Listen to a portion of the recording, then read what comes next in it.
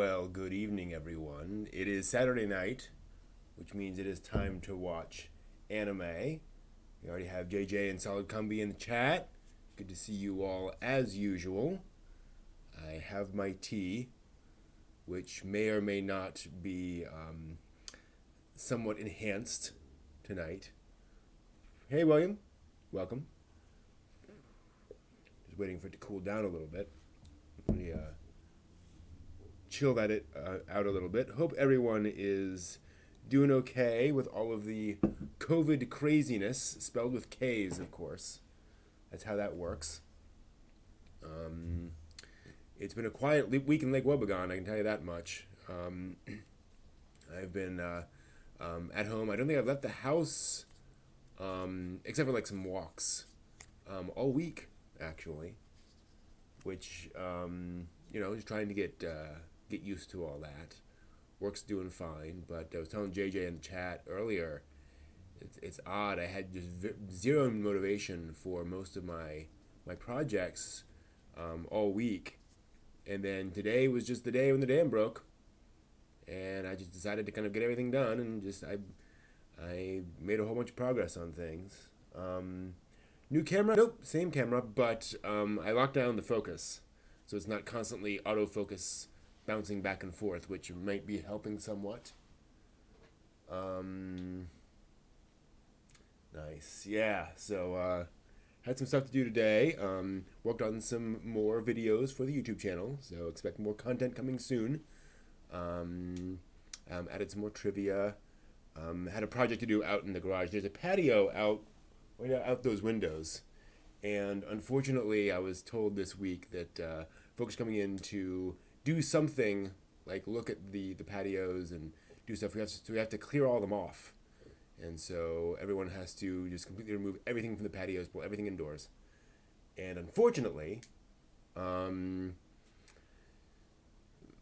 have a planter out there that was there when I moved in.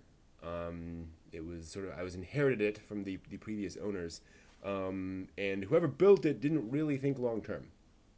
So it was kind of falling apart, and as I pulled the soil out of it, I discovered it was literally falling apart, and so had to pull it apart and toss it into the truck. So that was one of the projects for today, completely ripping apart that planter and carting away the soil and such. So that was fun. What is the Astro Boy pick over my right shoulder? It is an Astro Boy pick over my right shoulder. That is a wall scroll from the 2003, I believe, Astro Boy series, which is very, very impressive. Very high budget Astro Boy series. Yeah, exactly. Yeah. You call, I haul. But yeah, so that was one of the things I had to take care of this weekend, and we're working on some other things. You'll see these bookshelves here. I think I've mentioned this before. One of the reasons all the wood's sitting around. You can probably see how badly some of these shelves are warping over time. So I'm working to replace those, and you can actually see over here the new shelves that will be coming in. So this is what I've been building over the course of the week, are these new shelving units. Particle board's giving away. Odd how that happens. It's almost like the particle board is not a great material for bookcases.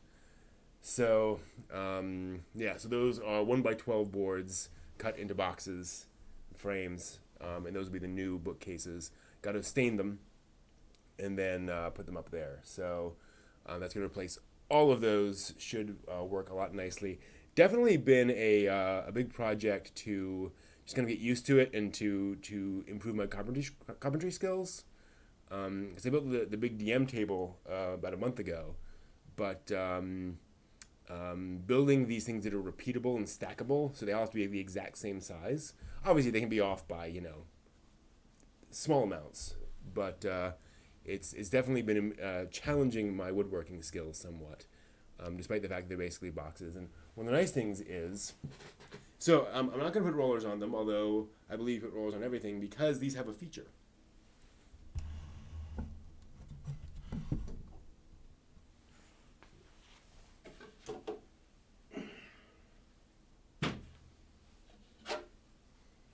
Each one is a separate shelf.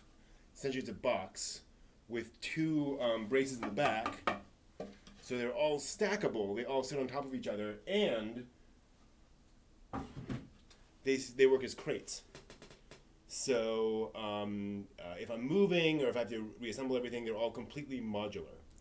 And thanks to Kaminoko for pointing me in the direction of the basic design for these.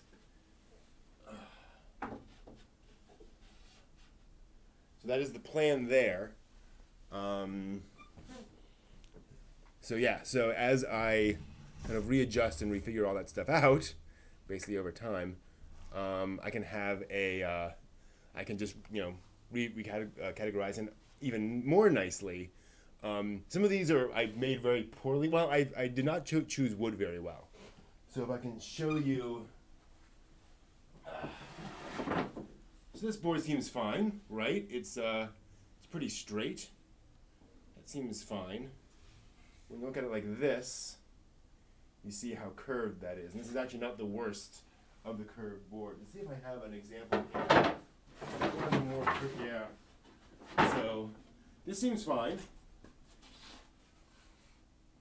That's not great. So, oops. Apologies. So some of these things are really bowed, and I may end up having to toss them. And the nice thing is, I can use these for now, get all the books in there, get everything good to go, and then once I've got all the bookshelves done, make a couple extra to replace any of the ones that didn't work out very well. Hey Axios, hey Lechonsky, welcome. So that is the idea there, and it's a bit of a project. So that is most of what I need for the second bookcase. So hopefully tomorrow, if I can be motivated, I will finish these out and I will have half of the bookcases done. So hopefully by next week, my next time, two of these bookcases should be swapped out, and you'll be able to see that on the stream. We'll see. I got my raw lumber from just the local big box store. I think Lowe's. Yeah, this is pretty much all from Lowe's. Some from Home Depot. There are some places in the area that do provide that stuff, but I don't think any of them are open right now. So it's all just straight stuff. It's one of the reasons why some of it's bowed. I should have been paying closer attention, but they do sell some lower quality lumber in some of those places. But you can get good stuff there as well. So yeah. Otherwise, actually had a great conversation with a friend of mine earlier in the week. Actually, this was yesterday. A coworker who no longer works where I work, but we decided to keep in touch. And he lived in Japan for a while, and is a student of the Japanese language. I believe he taught English over there. And I actually asked him, what are some examples of anime that have naturalistic voice acting, where it sounds like people actually speak in Japan, it has the patterns and so forth. And that was an interesting conversation. He said Your Name is a good example of that, where it's just very realistic. Chihaya Furu, very naturalistic, real kind of dialogue there.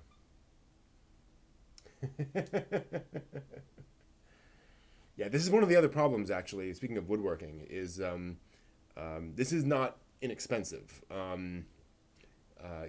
That particle board stuff, you can get for, $40, $50 for a bookcase.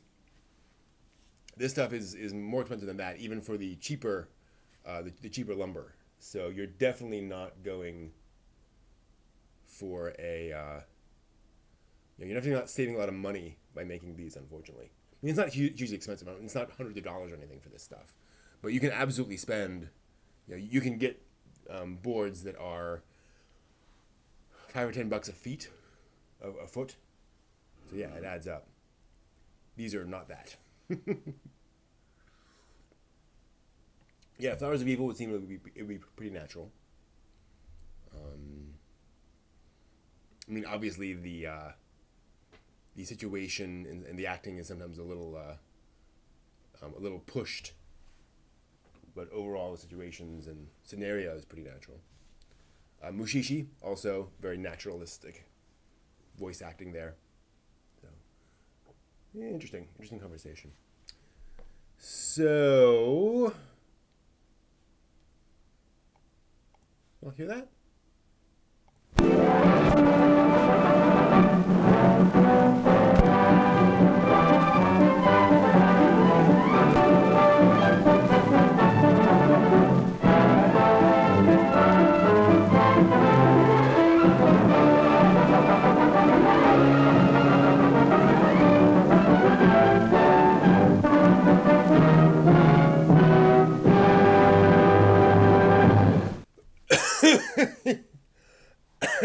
Gosh. Mm. Ah, wow, that just suddenly was there. Pardon me, I had no warning of that. Ah, um, oh yeah, I totally enjoy Hammy voice acting. This was not a not an attempt to say that we only want naturalistic voice acting, but it was interesting hearing from somebody who knew the difference. Some examples of stuff that's more naturalistic and real. So nothing against that at all. All right, let's do this. Welcome to the latest anime news for the week ending April 18th, 2020. And I don't think it'll be a surprise to say that much of our news this week features COVID 19, particularly the fact that Anime Expo 2020 has officially been canceled. There was a statement from Ray Chang, CEO of the Society for the Promotion of Japanese Animation, who wrote that while the situation is continually changing, as well as more restrictions in place worldwide and in Los Angeles, we can't in good faith move forward with this year's event. They have said that those who have already pre-purchased badges can either get a refund or can just push that forward to next year's event. So they can just, that will effectively convert to a 2021 badge, which is that is planned for July 2nd through 5th of next year, 2021. Obviously, it'll take a little while to process those and get all that working. And they said any hotel rooms will be automatically canceled, or any hotel rooms booked through the whole Anime Expo process will be canceled. If you got outside hotel rooms, you'll have to figure that out yourself, obviously. But that is that, and that's not the only cancellation, which perhaps should not be a surprise. San Diego Comic-Con was officially canceled this week, which is a pretty darn big deal. California Governor Gavin Newsom made some statements about the coronavirus, and that was originally scheduled for July 23rd to 26th, and that is now done. And same with AX, you can either cancel your badge or get it converted through for next year, July 22nd to 25th, 2021. And this also affects Comic-Con's renovation of Balboa Park's federal building for the Comic-Con Museum in summer 2021. And so they're planning to basically change around that whole construction operation. But they plan it's still going to be the same experience. They just got to kind of rejigger things. So hopefully all that will work. But yeah, pretty a lot of stuff going on, a lot of stuff canceled. So stay safe.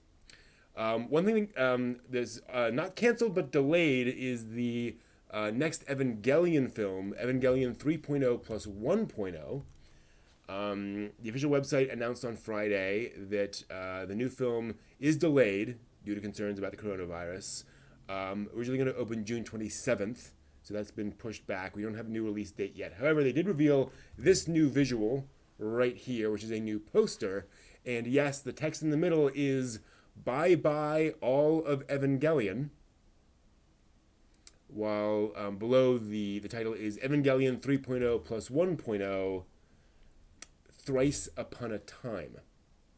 That is the official title for that. So, FYI, lovely visual there though. The train tracks, and that's Shinji in the back, by the way, in case you're wondering.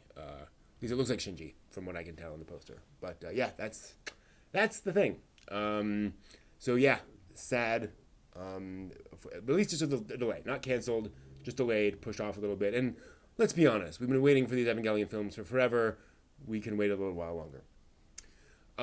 Not delayed, not canceled. Masaki Yuasa's new film new series Japan Sinks, will be showing at Annecy, which is a big animation festival in France. This is an adaptation of Sakyo Komatsu's novel Japan Sinks, which was a famous disaster book. Fault lines appear and Japan sinks. That spoilers is the basic plot of that. And there have been several different big budget live action adaptations of that over the course of the years. It's sort of a Titanic kind of a thing where you get a different adaptation every so often. And so Masaki Yuasa is doing an anime TV series of that, and it will be showing at Annecy in the TV films category, along with this new visual was also revealed. So that's pretty exciting to see anime competing at Annecy for awards.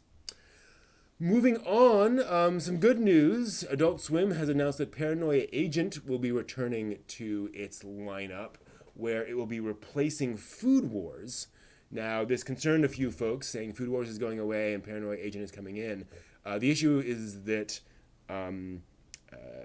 Adult Swim's license of Food Wars only covers up through what they've shown so far. So once they hit, April 17th, which was yesterday. Today, April 18th. That's right. So once they finish today's episode, that's all the stuff they've licensed. So they need to kind of relicense and get license scheduled for later seasons of Food Wars. So Paranoia Agent is moving in the meantime. This, of course, Paranoia Agent being the one and only anime TV series from Satoshi Kon, a legendary, mostly anime film director, and a very interesting psychological horror thriller kind of an anime series, which you can now see on Adult Swim, which is really, really cool, starting next week. Finally, not canceled, not delayed, there was a trailer dropped today, really a video dropped today, with a crossover between Ghost in the Shell and Ultraman. That's right. The upcoming Ghost in the Shell CGI series has a video which also shows Ultraman stuff. And to be clear, the two main directors of Ghost in the Shell, or the new Ghost in the Shell stuff, also worked on the Ultraman series. So they basically did a video where they threw a bunch of assets together. It's not really a crossover event. They're not doing a movie or anything. They just did a video where they showed some clips from both of those and added some dialogue and so forth. So it's a fun, ridiculous thing to see, Ultraman characters and then Ghost in the Shell characters and, Major Kusanagi and Bato, yelling at each other. Very odd. But yes, that is a thing that exists, and it ends with a big Netflix logo because, of course, Netflix. So yeah, that is a thing. And yes, the Ultraman does have very much an Iron Man vibe in the new CGI series from what I've seen. So yes, if you're interested in that crossover, because who wouldn't be, check that out online. You can see the clip on YouTube. It's not hard to discover. So yes, I guess those two worlds can coexist as well. And if those two worlds can coexist, then there's hope for us all, I think. So thank you all very much. That is the news for this week. Hope to see you guys around. See you next time. All right. The line's back. So yeah, always end with something weird. And when I saw that, I'm like, that's pretty weird. That definitely qualifies. Yeah, I'm really looking forward to seeing those fans who are loving Food Wars, tune in tonight and then for Food Wars, and they tune in next week for Food Wars, and they get episode 1 of Paranoia Agent. Like, that's going to be a bit of a whip crack.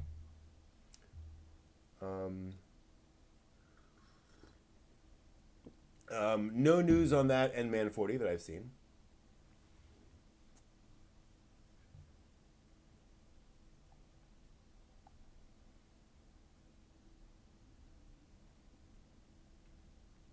Yeah, Double Zeta and Victory Gundam just don't have a lot of Western fandom.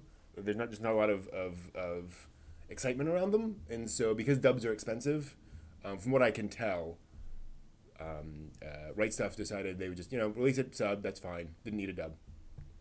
Um, so that is the thing. Hey, Game Escape, doing well, thanks, and thanks again for the recommendation, the manga recommendation today. I read a chapter of that manga just today based on going through that, and that was cool.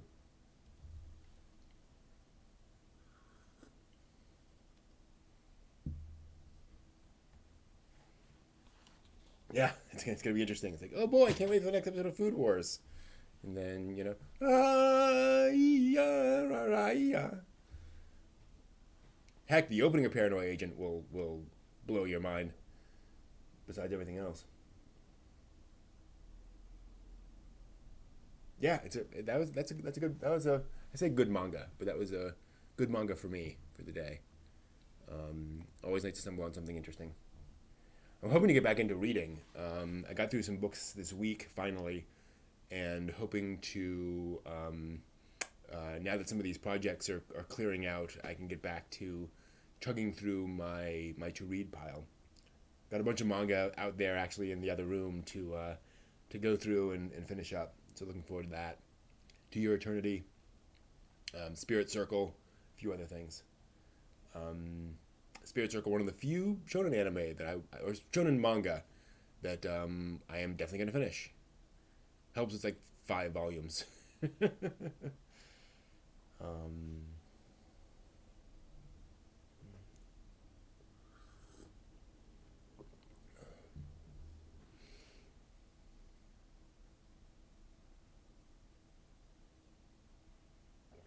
oh really? So Food Wars uh, fourth season is was a big deal. That's cool. That's really cool. Been reading a book called How Asia Works this week, which has been definitely thought provoking. The author has a specific viewpoint that he's coming from, so it's one of those things you have to read it with a critical mind and understand that perhaps the author has biases. But it's basically asking the question, um, why throughout the 20th century have some East Asian countries, modernized, increased their standard of living and so forth very quickly, while others did not. Two nations in some cases side by side, they did very well, and some that did not do as well. And what's going on? What was going on to cause that? Looking at it from sort of a general economic development lens, and looking at a bunch of different nations over the course of the 20th century and early 21st. The book came out in I think 2012, 2013, so a few years old, but in the grand scheme of things, recent. So that was really interesting, looking at comparing Japan, China, Taiwan, North Korea, South Korea, the Philippines, all these different nations and the different things that happened and what they did, and basically comparing all those things. And it was helpful. And again, Japan being one of the big examples there, and it seems to be one of the leading examples he uses of a country that modernized very quickly. Um,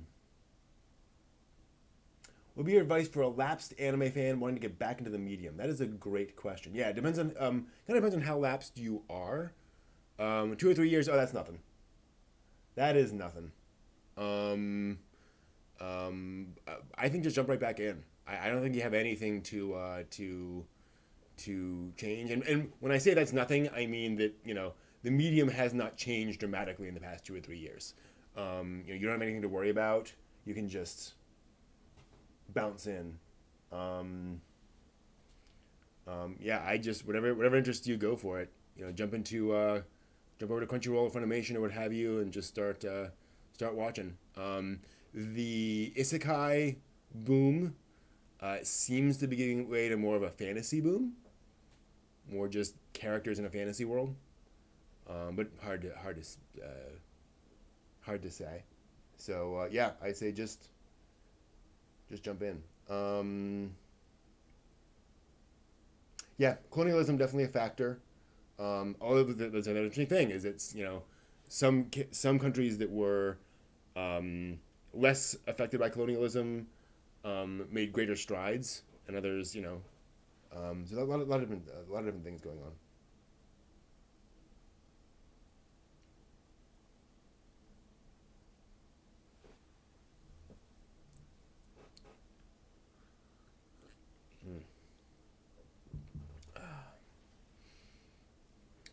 I've lapsed in my anime fandom multiple times. I've gone months without watching anime, and then just come back in. And I never had a big deal. I had a big problem with it. And there are cases where I've had like I'd say 6 months to a year go by, where I didn't really watch anything. A few episodes here and there, but very very little. Um, and yeah, it's fine. I think people often feel not you, Connor, but I think sometimes folks um, feel a certain feel like that lapse is a reflection on them, a reflection on their fandom. It's not. It just means that you had other things to do, other things interested you, and so you're bouncing back. Um, why is Volume 26 so hard to acquire? I think because of the content. If I recall correctly, I know the contents of the final episode of Excel Saga is. And so if that is reflected in the manga, that would be why it's so hard to find, because it is not for the kiddies.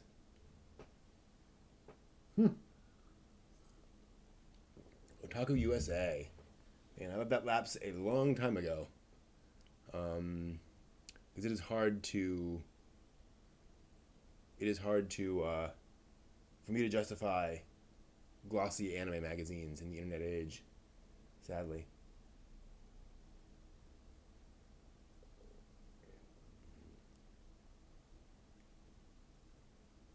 And you know how Excel Saga parodies does a parody every single time? Last episode of Excel Saga is parodying, yeah,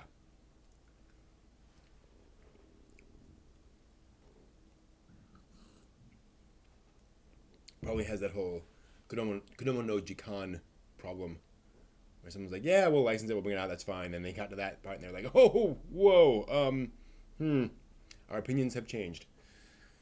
Hmm, um,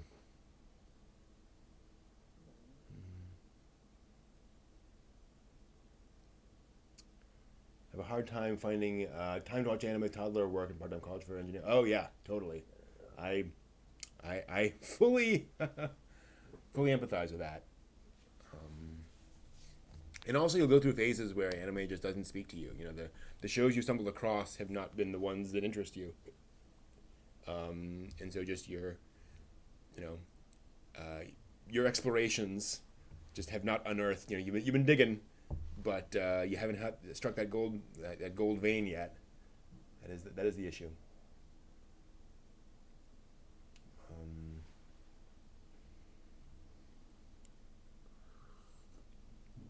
but I'm also pursuing minimalism, so the less stuff, the better for me. And that's just me. That's where I'm aiming. Um, so the glossy magazines are a little harder for me to justify from that perspective. I think it's cool when folks do the collections and they have all their stacks of magazines. That's really awesome. That's just not me. Um,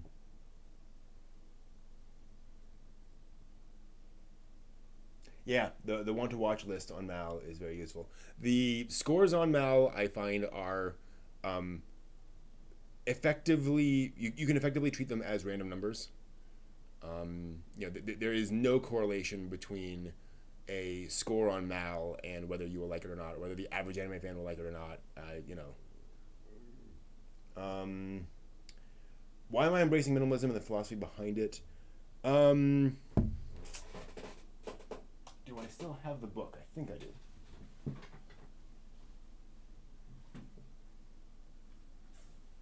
Yeah. That is actually one of the reasons I'm doing this. Came across this book. I forget why it was recommended to me. Oh, the focus suddenly did go crazy. Goodbye Things by Fumio Sasaki, the new Japanese minimalism. I'd been, I do a lot of, wow, autofocus is kind of going nuts. There we go. Let me lock that off because it is going to be annoying if I don't do that. And again, this is just me. I am not saying everyone should do this. I've always been interested in self-improvement. How do you optimize your experience? How do you optimize your life? How do you be productive in a way that's sustainable, right? Where you're not just turning ahead at 1,000 miles an hour and then burning out, right?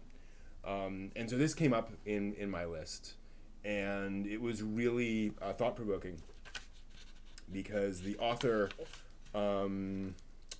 used to live in an apartment that looked like this,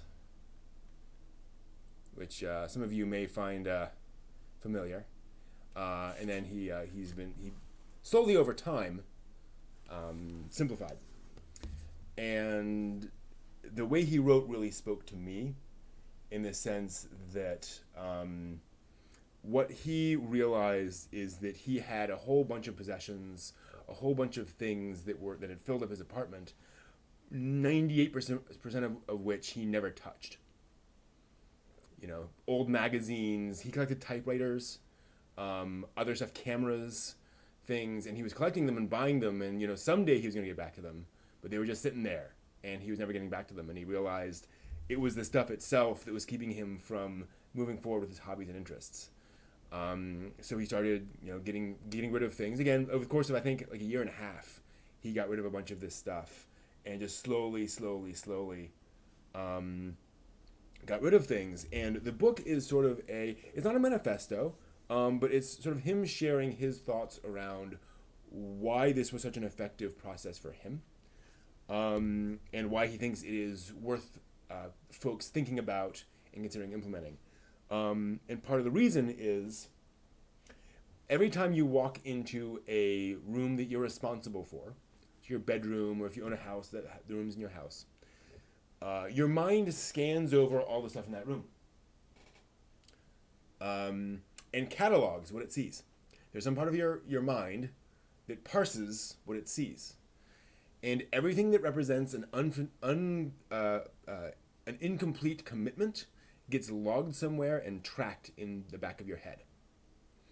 Some part of your mind, a tiny fraction, is reminding you that you haven't finished that book yet. Or you haven't gotten through that, that stack of papers or whatever.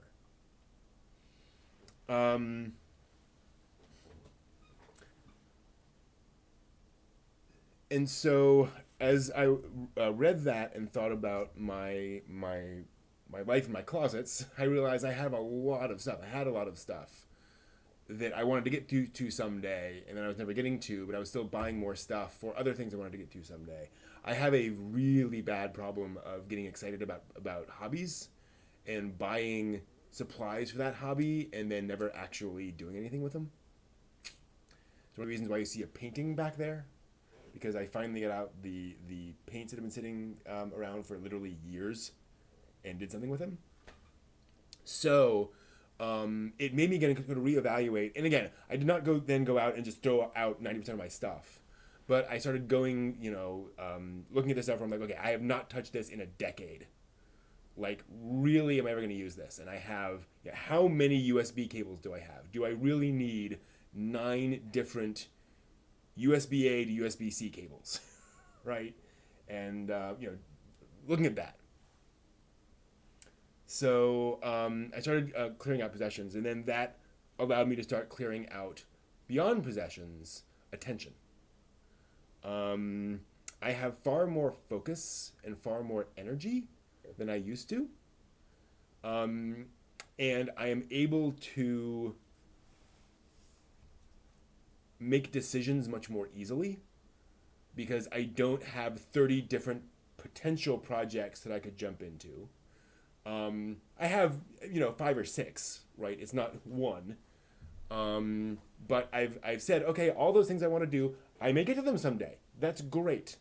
But let me look at the stuff I actually have supplies for, I actually have things for. Let me actually work on those for a while before I jump to something completely else, right? And then, Lachonsky, exactly. I started looking into cyber minimalism. Right now on all my computers, my downloads folders are all empty. My email inbox is empty. And it took me a long time to get there on those, because that allows me a lot more mental space, and it allows me to do things like if I'm pulling down the images for the news, for example, I download them all to the downloads folder, and then I move those to where they need to be, and I'm not clicking through, I'm selecting this one and then going, well, no, I want this one and this one and that one and that one and that one because I've got a bunch of other things in the downloads folder. No, it's there, and then it moves out. So it's that kind of stuff. Yeah, exactly, the Carlin joke. And JJ, that's a really important point. People often keep possessions that have sentimental value, and there's nothing wrong with that in and of itself, but that sentimental value is in and of itself is taking up mental processes and taking up, time and energy that you have. Every time you look at that, you remember that thing. You remember that moment. You remember that commitment that you want to make. I really should call grandma, and you got to be, you got to be aware of how your environment is impacting you. We are physical creatures, much as we don't like that sometimes. And so the things we're surrounded with does impact us. So I've been trying to simplify things. Unfortunately, with COVID-19, I got some stuff in here like this table that I would put on Craigslist, but no one's supposed to be going out on right now. Although I suppose that's not too big of a deal. Folks could just come up to the curb and pick it up. I suppose. But trying to get rid of stuff. So I have a few things here that I haven't been able to get rid of. In that sense, but one of the things I've been trying to do is spend 2 hours a day with my phone off. So I literally turn my phone off, power off, for 2 hours a day, and it is amazing. When I do that, it feels weird. It feels a little silly. As soon as the screen goes black, I experience a physical sensation of relief and focus. I am suddenly productive. I then go off and I can read and I can write and I can do other stuff, and there's just some part of my mind that's now not thinking about that, not wondering when the next thing is going to come in, and I can just focus. So it's that kind of stuff. But yeah, there are a lot of options there. So yeah, so minimalism really spoke to me as a life choice. Also, obviously now with COVID-19. It provides me a lot more opportunity to do that, to clean things out and to process. As you can see, I have a big problem with books. And so I realized, not a problem with books, but I have a tendency to just, read a lot by buying books and then never getting rid of them, even things that I didn't really like. So realizing, I can now pass these on to other people who might actually enjoy them instead of sticking them on a shelf for the rest of my life. That kind of stuff. But there's a very healthy strain of the next generation that is understanding of that. By the way, one of the reasons why this is a big deal in Japan was because of the Great Tohoku earthquake. When so many people lost so many things, they realized, I can live with less stuff. And when they saw other people losing so many things, it made them really reprioritize or reevaluate the role of things in their lives. So, and again, there's actually a quote in this book about different people, and they asked about, what if you have a passion for something that is collecting, where you do collect stuff, and the recommendation there is that's fine, collect that, maybe don't collect 10 different kinds of things, right? So if you collect China, great. Collect China and build a really great collection of China. But don't also collect precious moments figurines and dresses and wall scrolls and, so forth and so on. Find a few things to collect, and really focus on that. This also hit when and I'll get off this in a second. I mentioned a couple of weeks ago that I sent away a bunch of my toys to Toy Galaxy, and he had mentioned at some point around when I read that he was paring down his collection, and like his YouTube channel is toys. But he was like, I just realized I don't need 20 different Snake Eyes figurines, action figures, right? I'm not collecting that. There are things I collect, but I don't need breadth. I want depth in my collection, not breadth. That kind of stuff.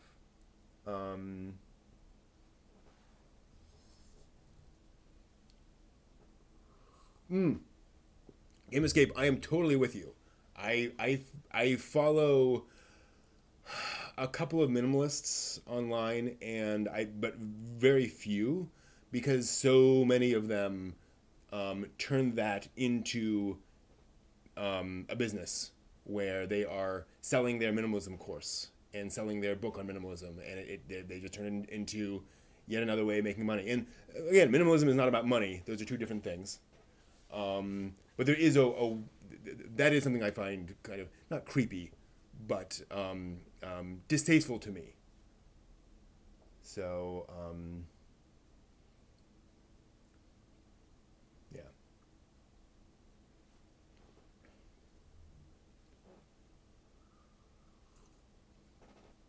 Yeah, minimalism is not inherently anti-materialistic. It can be very materialistic, because there are minimalists out there who are constantly buying new things for their home because they're trying to find the perfect minimalist, book stand, and the perfect minimalist, you know, uh, uh, flower or thing, and so they're constantly remodeling their home to be more minimalist and churning through money, right? That's not really the point. To give you an idea, my last paycheck, and this just happened to be the case, I bought two things for myself, and some books, because I have a big book to read pile that I'm trying to get through. But and each one was like 15, $20. That was it. You know. Now, other paychecks, I'm buying more things than that. But to me, that's kind of the through line. You shouldn't need to be buying stuff.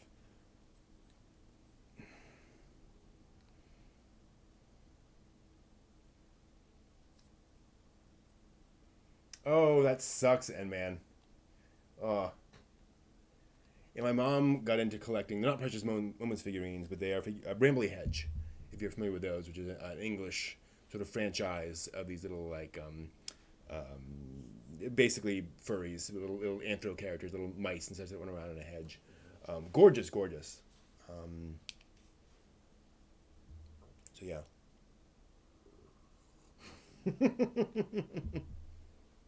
There we go. But yeah, no. For me, the goal of minimalism is not to only have a certain number of items. This is actually something that he goes into, I think, very well in the book. Is this idea that minimalism is not here's the number of possessions you should own. It's not here's how clean your house should look. It is only owning things that you need and use, basically. And some things you want. Understanding that need is a somewhat variable term these days, right? That do we need clothes technically? But I think you understand what I mean. You got to you know push back on society's drive to constant consumption. Right?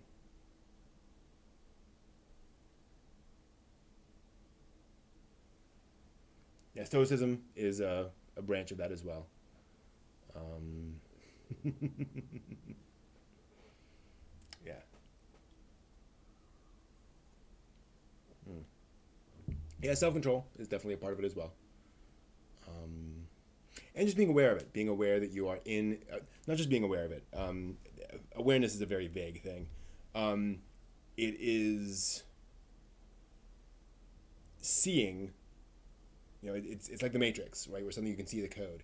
Seeing your patterns of behavior around buying things, and when you are buying something to fill an emotional need, to fill a perceived desire, perceived want, a perceived need, um, that doesn't really help you in the short or long term, right? Of saying that there's a lot of purchasing that we do because we're like, oh, that's cool, I'll just buy that. It's like, oh, do you really, why are you buying it? Right. Well, and it gets to a lot of philosophical and kind of spiritual things that the problem is that purchasing things doesn't really make you happy. The anticipation sometimes makes you happy, and the moment of receiving it sometimes make you happy. But you don't really get the satisfaction out of most of your purchases that you think you will, because it's just not the way possession works, ownership works. Um, the things you own, very few of the things that you can own can give you consistent joy. A few things here and there, but that's the thing, is being aware that that more powerful computer, that next iPhone, all that kind of stuff is not going to make you happy. Sometimes you have to get it. Sometimes you get it, and sometimes it's useful. Like I own a cell phone, and that's great. I'm not saying don't buy anything.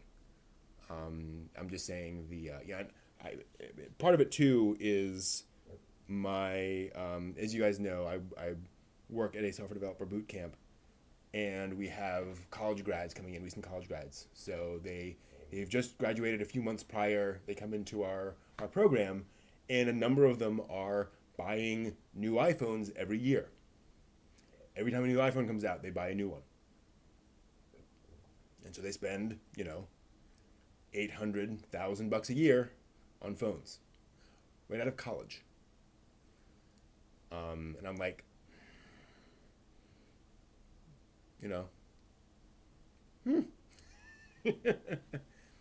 seems like a lot of money to spend on that particular thing. Um, yeah. Fight Club spoke to me a lot when I watched it. Actually, Fight Club was also kind of an inspiration for this too. Um, you know, to quote Fight Club, that which you own ends up owning you.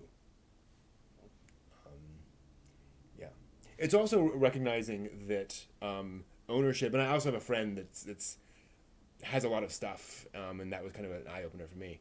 Um, Everything you own also brings with it costs, replacement costs, those mental costs, also like repair costs.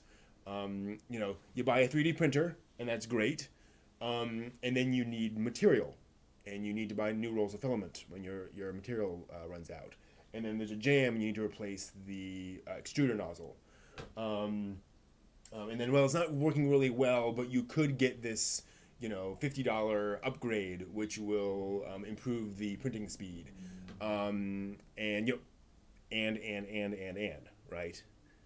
Um, so it's that realization too. So yeah, printer ink. Yeah, there we go. So, which is weird to say for an anime fan, where we are, you know, we buy a lot of stuff.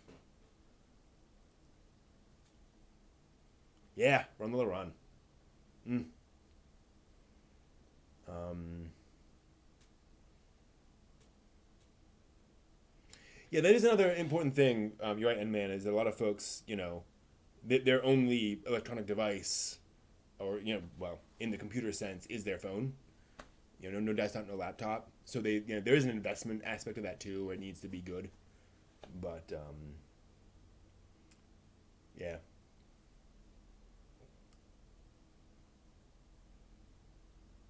it also helps you save money, right? Like, um, I started being able to pay a little ahead on my mortgage because I'm not spending money every paycheck. I'm not burning through my entire paycheck every paycheck, getting fun stuff that then sits in a corner and collects dust. That's good too. That helps.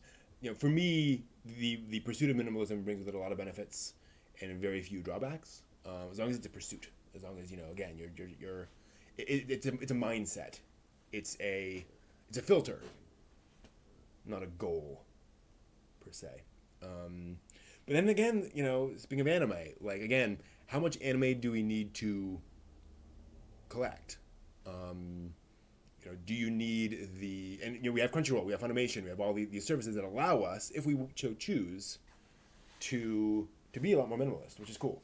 If you want to buy this stuff, and I have a big old collection of DVDs in there, and I still buy the stuff that I really want to support, but it's nice that we now live in a world that gives us some of those options. I've gotten into esoteric or occult stuff. Mortgage has interesting etymology. I'm pretty sure my mortgage is not an occult spell. I'm pretty sure. Um,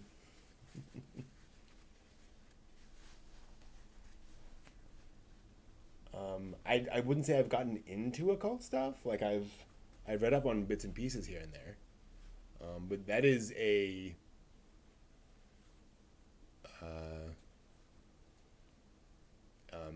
a very scary world that I would not want to. I would want to tread in very, very deliberately and very carefully.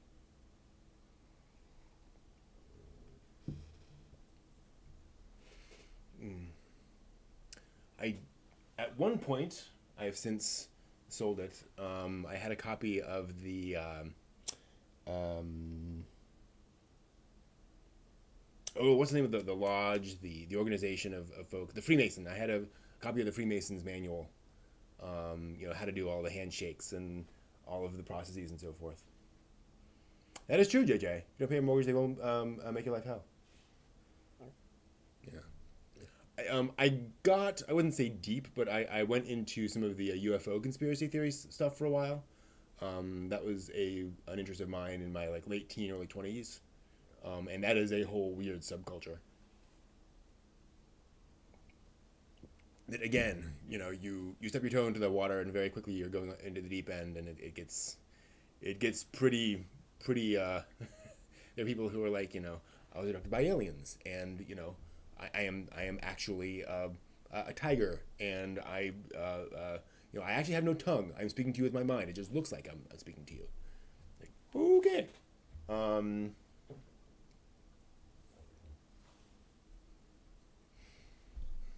there are also some really good documentaries about the origins of a lot of the UFO stuff, where I was like, oh, okay, this makes sense now. Like I now understand why all that.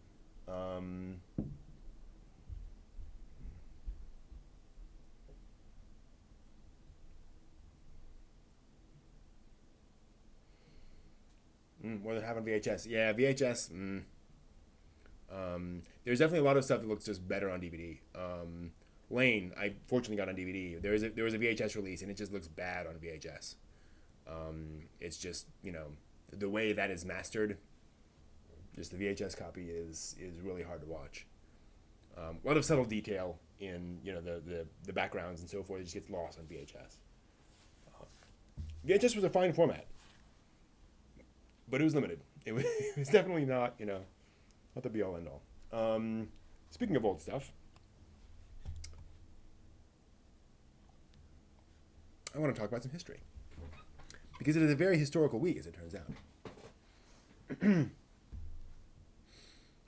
VHS was the best it could do, except for the attempt to do movies on vinyl.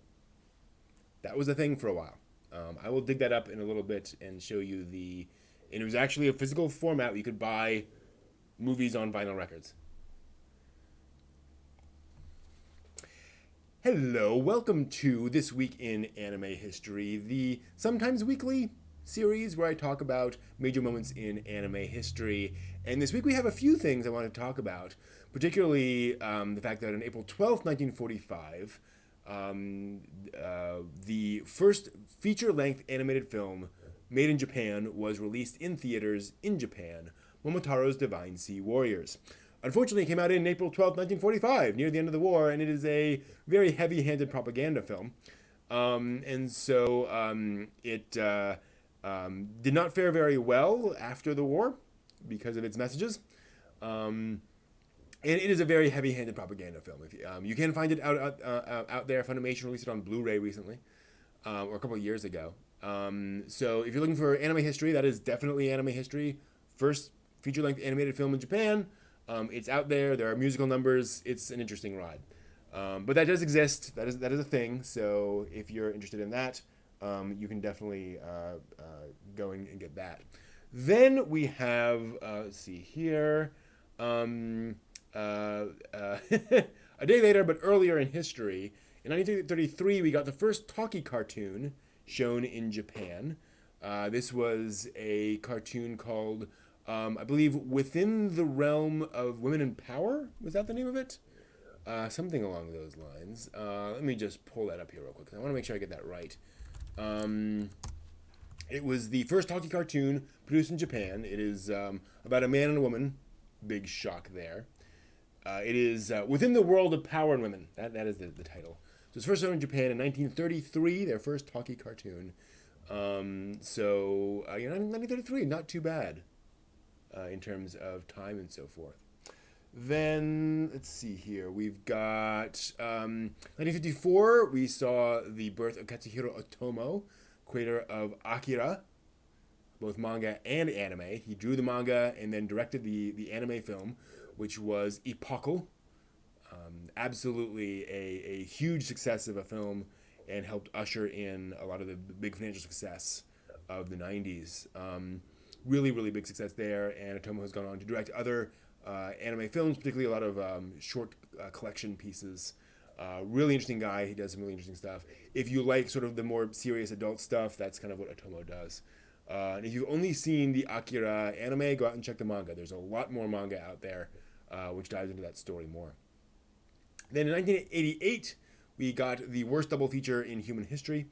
Grave of the Fireflies and My Neighbor Totoro premiered back-to-back in theaters.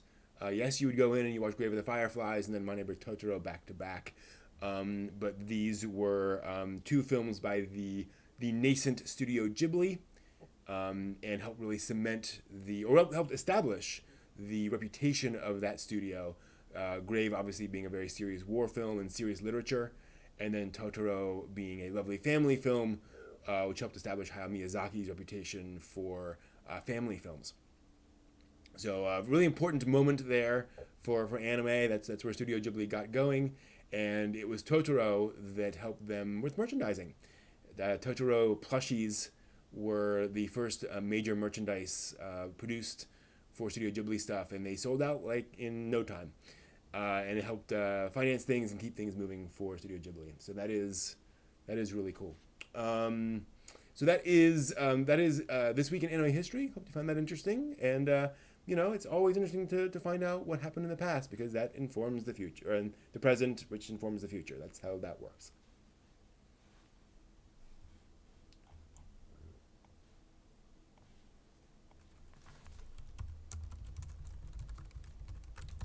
One second.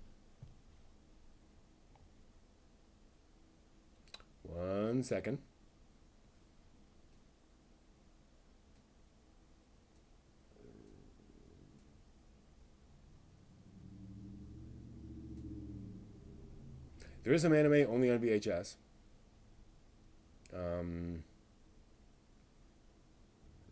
The CED.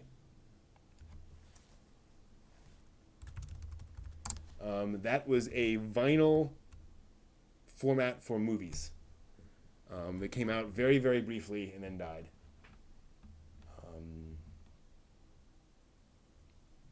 Is watching, reading a lot of media, but not owning physical merch be considered consumerism? Absolutely. Absolutely. Because you are consuming. You're still consuming the thing. You're just not paying for it directly. You're not paying for that physical stuff. No, it was not huge DVDs. It was like a record. It was a vinyl record that had a movie on it, stored on it digitally. Well, not digitally. We have as pulses on it. Yeah, consumerism is not necessarily related to money. It is just the fact that you pull things in. There is typically a monetary aspect to consumerism, but yeah.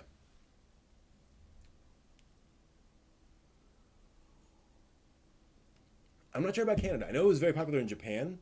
It reached, I think, 10% of the like the home video population in Japan. Of those who own home video machines, 10% own Laserdisc, which is pretty good. 1 out of 10 homes that had home media centers had a Laserdisc player. That's a lot of people. Yeah, CED was it existed for like a year or two, and then just collapsed. Um, but Laserdisc not a bad idea, just bad timing. Too expensive. Um, it just came out at a time when people, and it came out at a time when people just were not interested in super high quality individual watching of movies. That's what movie theaters were for.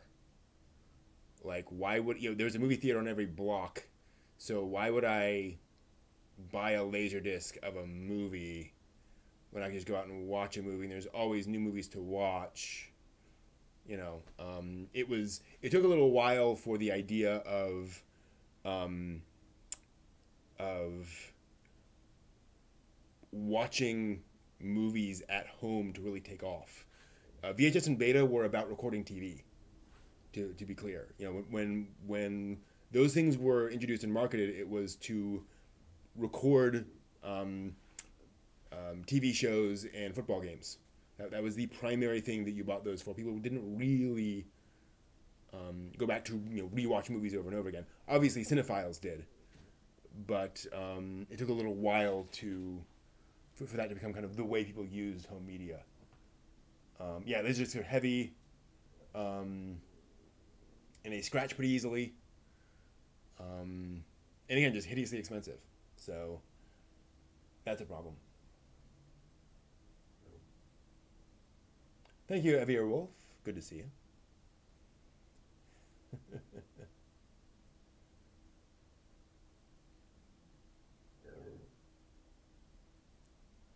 Um, will viewing numbers return to normal after the virus? Oh yeah.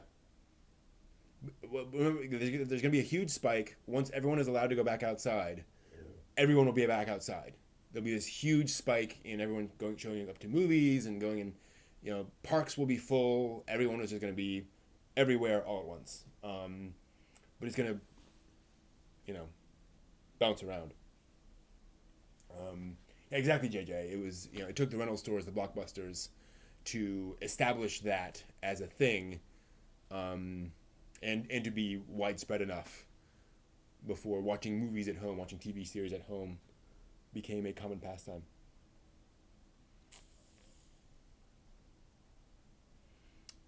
Yeah, I think and who knows the big problem is just what companies can survive being gone for several months, right? Having no revenue for several months.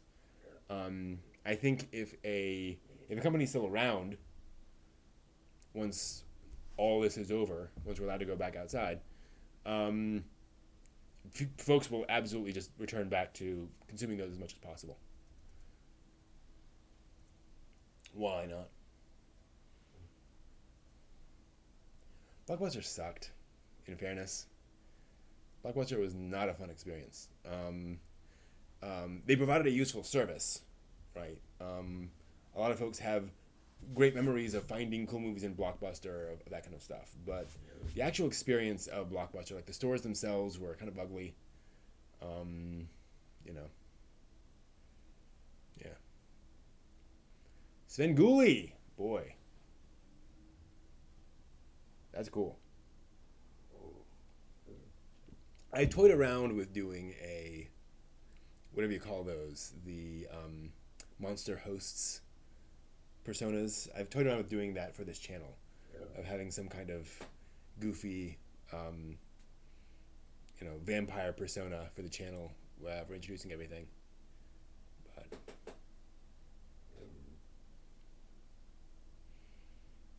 yeah, and Blockbuster generally did not employ very knowledgeable staff. Obviously, they would have some experience with that, but generally the other stores would have folks who knew the movies better than Blockbuster. A lot of turnover at Blockbuster, unfortunately, as is the nature of big things, which is why this How Asia Works book has been so interesting, because it gets into the fact that there's a great quote from the book. Every government policy eventually becomes outdated and needs to be eliminated. Everything that a government does is in response to what's happening at the moment, and is may be great at that point, but at some point, society will move on, culture will move on, and that'll need to change. Laws change, procedures change, all that stuff. But it is hard to change government. So, in fact, one of the reasons why a lot of these Asian countries did do well was when their governments were agile.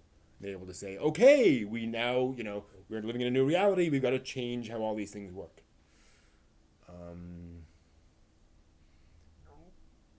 Yeah, the Avatar character stopped working. I would pull it up, pull up the software, and I would pull up my OBS, and OBS just would not recognize the window. It would show the image momentarily, and then it would freeze, and they were just incompatible. I tried, upgrading and doing all sorts of different stuff, and it stopped working. So, haven't been able to get that working yet. Iria, I don't think Iria ever came out on Blu-ray. Nice, yeah. Iria was one of my early anime purchases. Actually, no, it wasn't, because it wasn't out on anime on DVD for a while. But when it came out, I bought that Iria Iria DVD immediately. I think it came out in a metal box too that was really cool.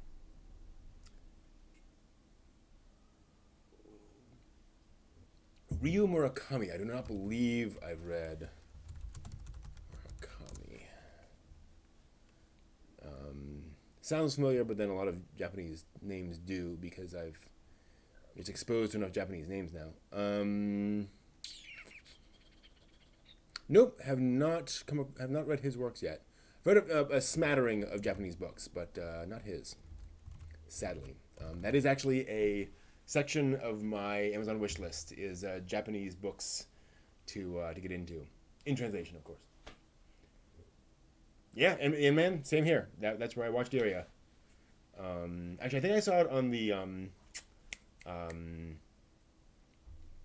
their festivals of anime a couple years earlier on weeknights, but then the reruns on Saturday Anime, totally.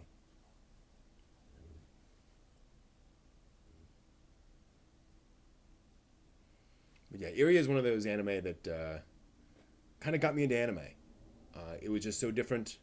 The visuals, the world in Iria, man. I mean, I can tell you right now, Iria, Bob, and her brother Ren are trying to stumble across Zerum in a ship owned by the Tadan Tibide Corporation. Right, all those things stuck in my memory because that was just such a distinctive anime and story world. It just stuck.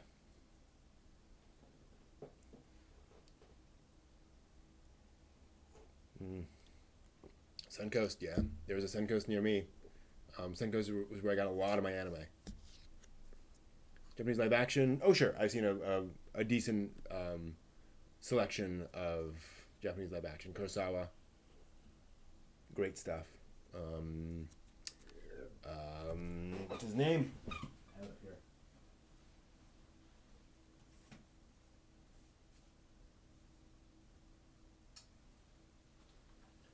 Ryuhei Kitamura. Versus. I love Versus. Oh man, this is a great film. It's a very ridiculous film, but it's a really fun film. It's kind of every genre all at once.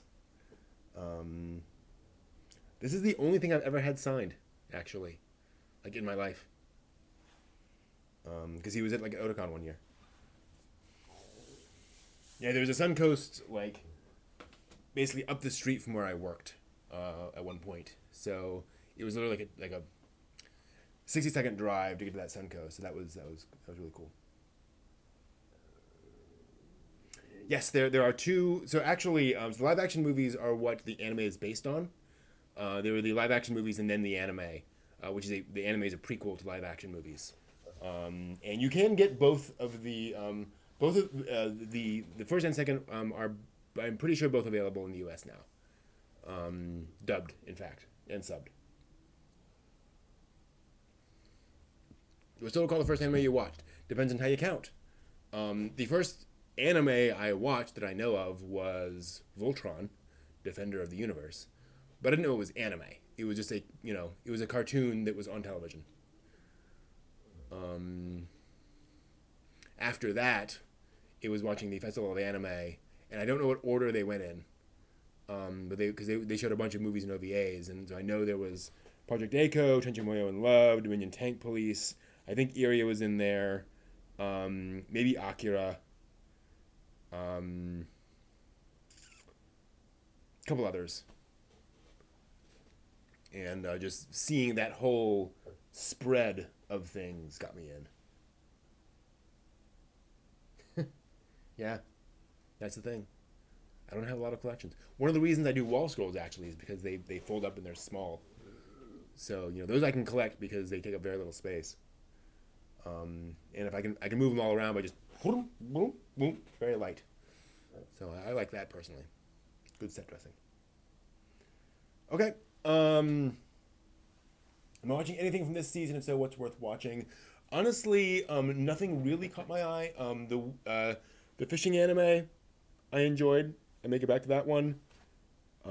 Art or Arte. I definitely want to get back to. That's the one that appeals to me the most for multiple obvious reasons. And there are others that are interesting.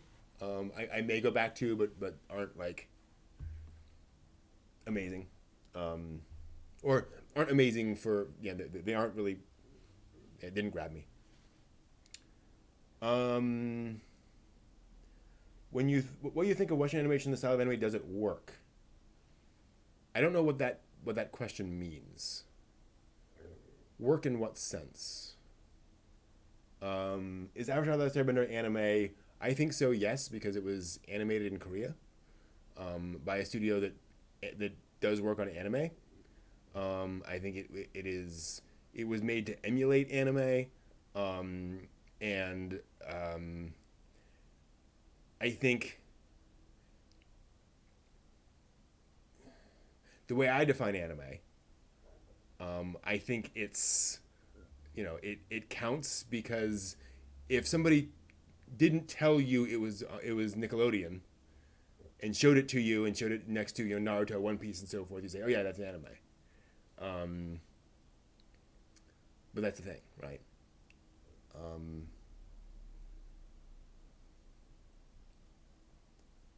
Eight Sun didn't grab me. Um, it depends on what the premise for Eight Sun. It depends on what they do with the Eight Sun. The problem is, in Eight Sun they showed me what looks like a fun um, premise and sort of stuff going on when he's an adult. But now that he's a kid, it feels like he's stuck, and I don't have a sense for what the story is when he's a kid. Right at the end of that first episode, I'm like, okay, so he's a poor kid. Okay, I guess that sucks for him. So until and so I may go back and watch episode 2 and see if it kind of where it goes from there. Armitage was another movie that they showed. Well, Carnival definitely as well.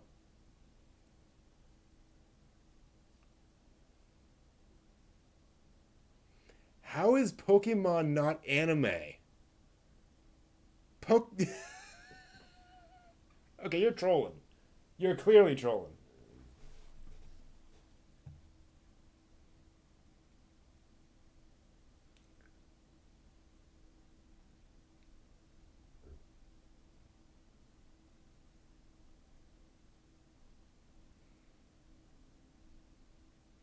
Well, again, it depends on how you define anime, right? Like, what is anime?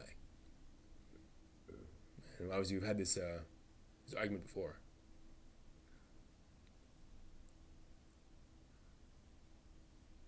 Well, so is Naruto. Naruto's just a cartoon, right? If it's animated, it's a cartoon.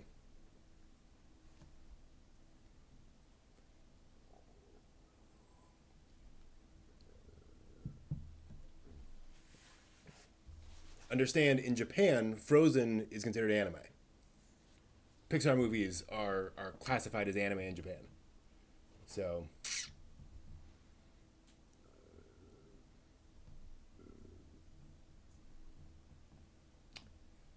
animated media made for a Japanese audience is anime.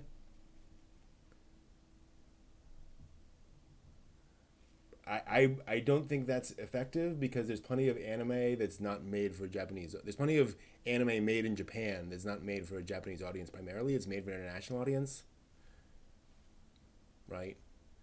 Like Ghost in the Shell in 1995 was made for an international audience. Like that was made to go international.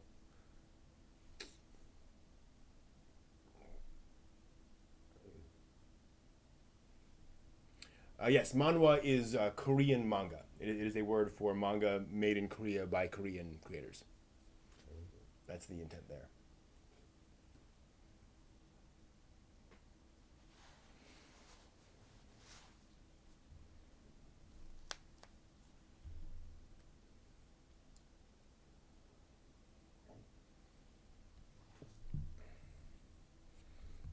Also, I'm not sure that a lot of anime is. I don't think if you sat down a bunch of creators, a bunch of anime creators, and said, are you making this anime only for Japanese people?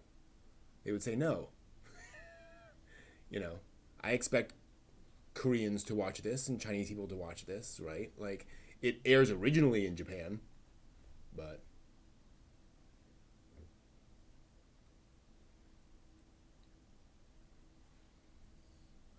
that just doesn't feel like the way anime creators talk about their creations. Yeah, anime is a vibe. Yeah. To me, anime is a visual style. You know, anime is an approach to animation. It is a combination of aesthetic choices.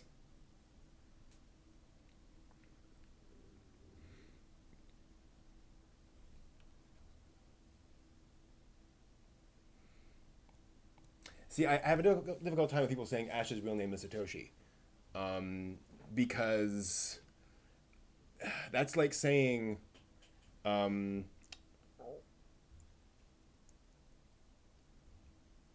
anime should only be watched in Japanese. I mean, untranslated, no subs, no dubs, because you're not watching. You're not seeing the real dialogue. You should only experience the original Japanese version of it. You should not have any translation at all.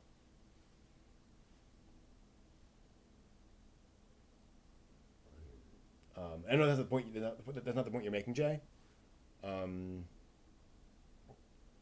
or Matt rather. But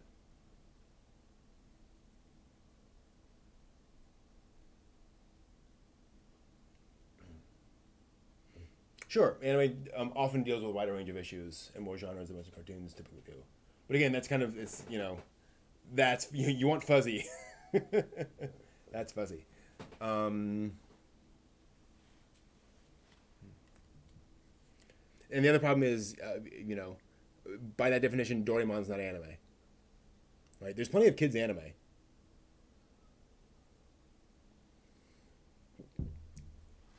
There's plenty of stuff made in Japan aimed directly at little kids.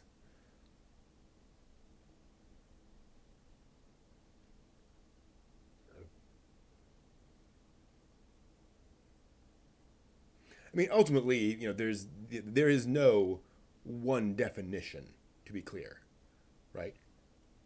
There's not a governing body that decides that one thing is anime or is not. There's not an official anime standard. But I think there are more or less useful definitions.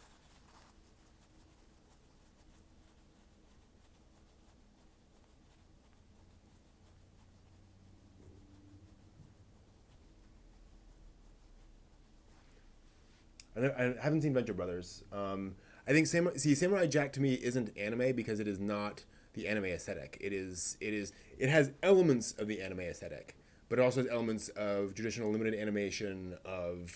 There's a lot of like Warner Brothers in there, a lot of like UPA stuff.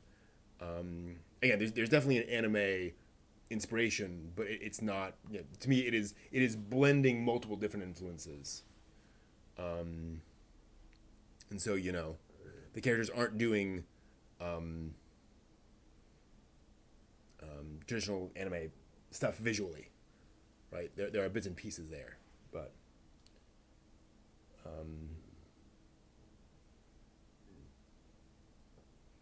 mean, people still criticize you for watching dubs. Dubs are still very stigmatized. Yeah, absolutely. Well, I mean, the original GI Joe cartoon from the '80s was animated in Japan. Transformers was animated in Japan. You know, plenty of American cartoons were animated in Japan or Korea or whatever. Les Miserables, definitely anime, no question there.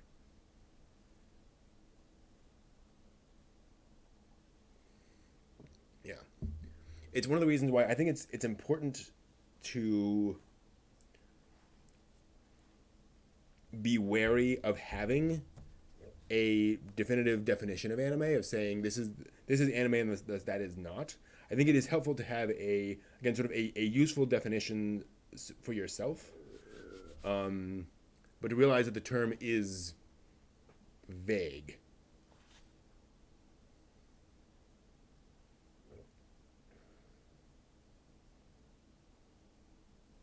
Hey, we're Dinosaur. Watch the fishing anime from this season. I think you're good.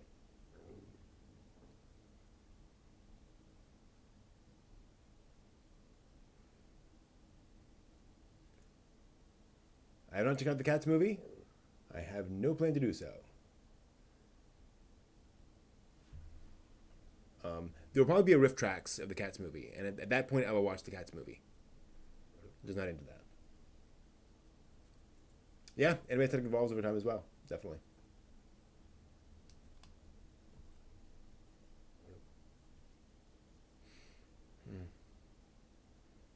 Fast Times at Ridgemont High, very anime.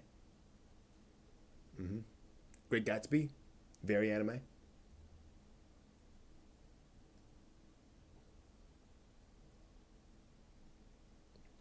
All right. It is 10:30 in the evening, my time.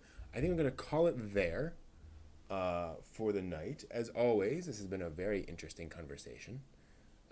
We have dug in. Oh yeah, I might have all of Mr. Science Theater 3000 in this house. That is one of my things.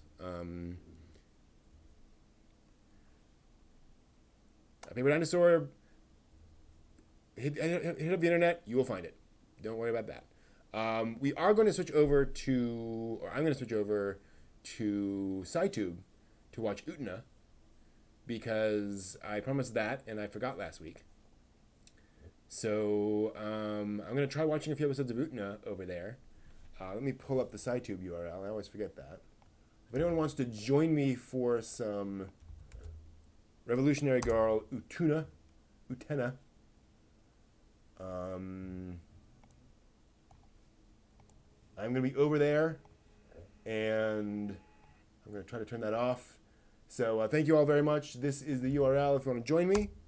That will do it for us for tonight. Thank you all very much. Have a great week, and enjoy. Watch more anime.